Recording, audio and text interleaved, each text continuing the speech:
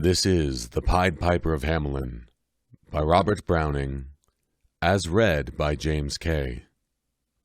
Once upon a time there was a town called Hamelin. Hamelin was a prosperous town.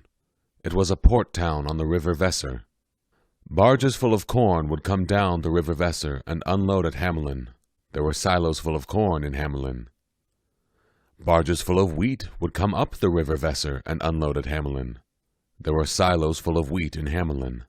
With the silos full of corn and wheat came mills for grinding the corn and wheat, bakeries for baking bread and cakes, shops for selling the bread and cakes, and of course people to eat those bread and cakes. The people were so prosperous and busy loading and unloading, milling, baking and eating that they didn't notice all the litter and rubbish that was accumulating in the streets. And of course with the rubbish came the rats. There were rats everywhere in Hamelin. Rats in the corn silos, rats in the wheat silos, rats in the bakeries, rats in the shops, rats in the streets, and rats in the houses. The rats bred and grew and grew and bred, and soon there were so many rats that life became quite miserable for the citizens of Hamelin. They couldn't bake a cake, take a bath, or sleep in their beds without the rats joining in as well. The rats even nibbled on the ears of babies sleeping in their cots. Something had to be done. The people of Hamelin made their way to the town square and knocked on the big brass doors of the town hall and demanded to know what the Lord Mayor was doing about the rats. The Lord Mayor appeared on the balcony in his black robes and gold chains and made a speech. "Good citizens of Hamelin, you may rest assured that what needs to be done is being done. Don't you worry about that." The good citizens of Hamelin weren't too sure about that, but they went home to their houses to see what would be done. But nothing was done. There was just as much rubbish in the streets and just as many rats in the mills, the bakeries, the shops, and the houses. In fact, there were more rats. The rats kept growing and breeding and breeding and growing and eating and always eating. They ate anything they could get their teeth on. Nothing or no one was safe from the rats. The people were angry and marched to the town square and pounded on the big brass doors and wanted to know exactly what the Lord Mayor was going to do. When no Lord Mayor appeared on the balcony, the people started to chant, "No rats! No rats! No rats!" Finally, the Lord Mayor appeared on the balcony in his black robes and gold chains and announced, somewhat nervously, that he had a definite plan of action. "Good citizens of Hamelin, you will be pleased to know that I, the Lord Mayor, have given orders that a large hole in the ground will be dug on the outskirts of Hamelin, and into that hole will be swept all of the rubbish in the streets and all of the rats that can be found and killed. Soon, Hamelin will be clean and clear of rats." Soon the large hole in the ground was full of stinking rubbish and the bodies of dead rats, and it was hurriedly covered with dirt. But it was not enough. There were too many rats and too many hiding places all over the town, and too much food for them in the silos and bakeries and shops and houses, and they grew and bred and grew just as fast as before. And now with the rats came a plague of fleas, and with these fleas came a strange sickness. Some children and old folks had already died. A plague was on Hamelin. As you can imagine, the people of Hamelin were even angrier. They marched once more to the town square. Each of them carried with them a dozen dead rats as proof of the failure of the Lord Mayor's plan. They threw the rats in a pile in the middle of the square, and from a pole they hung an effigy that looked remarkably like the Lord Mayor in his black robes and gold chains. They started chanting, "No rats or no mayor! No rats or no mayor! No rats or no mayor!" When the Lord Mayor did come out on his balcony, he was surrounded by his councillors, and he announced, rather nervously, that the council had, in view of the rather desperate situation, agreed to offer a magnificent reward of 1,000 gold guilders to any person who could rid the town of the rats. The very next day a stranger appeared in Hamelin. He was different to all else. His clothes were colorful and seemed to come from many different places. He wore a hat covered with feathers and shells and bones. From a long scarf hung a bright, gleaming silver pipe. The stranger followed the carts up from the port, and he saw the silos full of corn, and the silos full of wheat, and the mills, and the bakeries, and the shops, and the houses, and the people, and the rubbish, and the rats.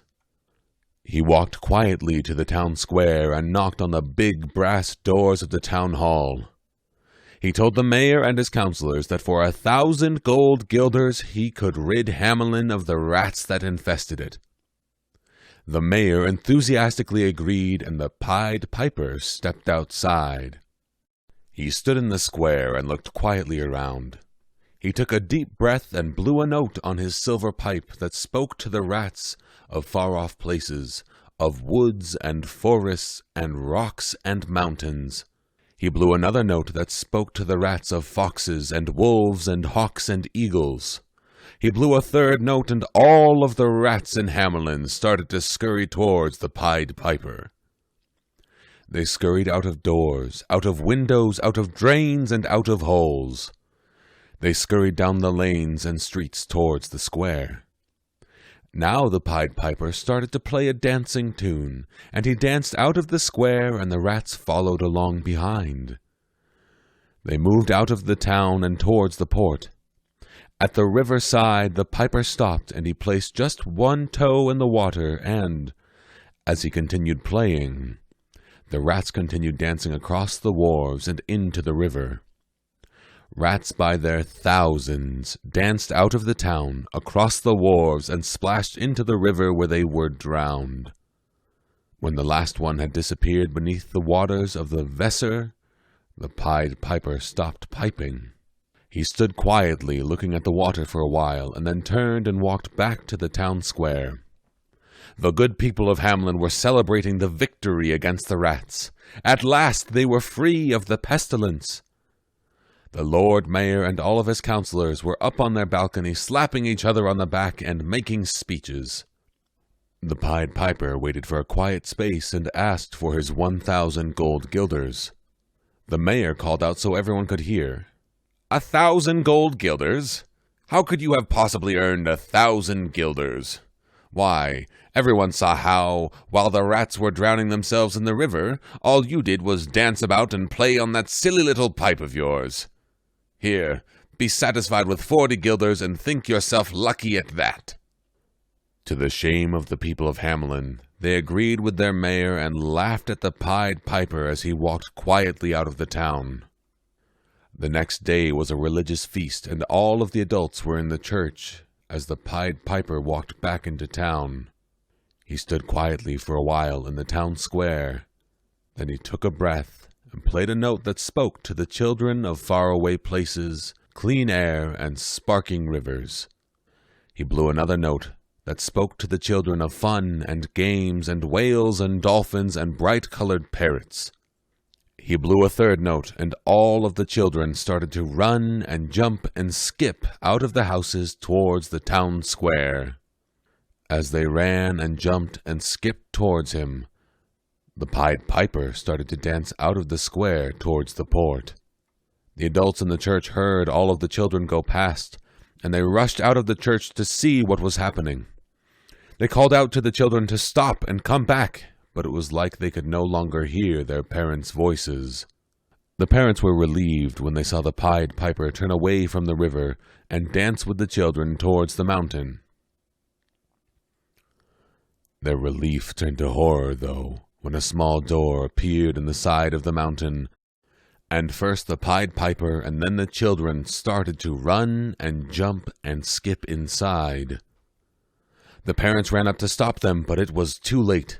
All of the children except one boy who was hopping along on crutches and couldn't keep up disappeared inside the mountain, and that small door slammed shut so tightly that no one could tell exactly where it had been. The people raced up with shovels and picks and started furiously digging holes in the mountainside, but it was all to no avail. The small boy on crutches tried to tell them of the sounds of faraway places, clean air and sparkling rivers, and fun and games and whales and dolphins and bright-colored parrots, but no one seemed to be able to hear him. In time, the people got over their shock, and life started to go on again. Barges full of corn came down the River Weser and unloaded at Hamelin. Soon there were, once again, silos full of corn in Hamelin. Barges full of wheat came up the River Weser and unloaded at Hamelin. Once more there were silos full of wheat in Hamelin. But they never forgot the Pied Piper. And from that day forth, they always paid their debts in full and on time.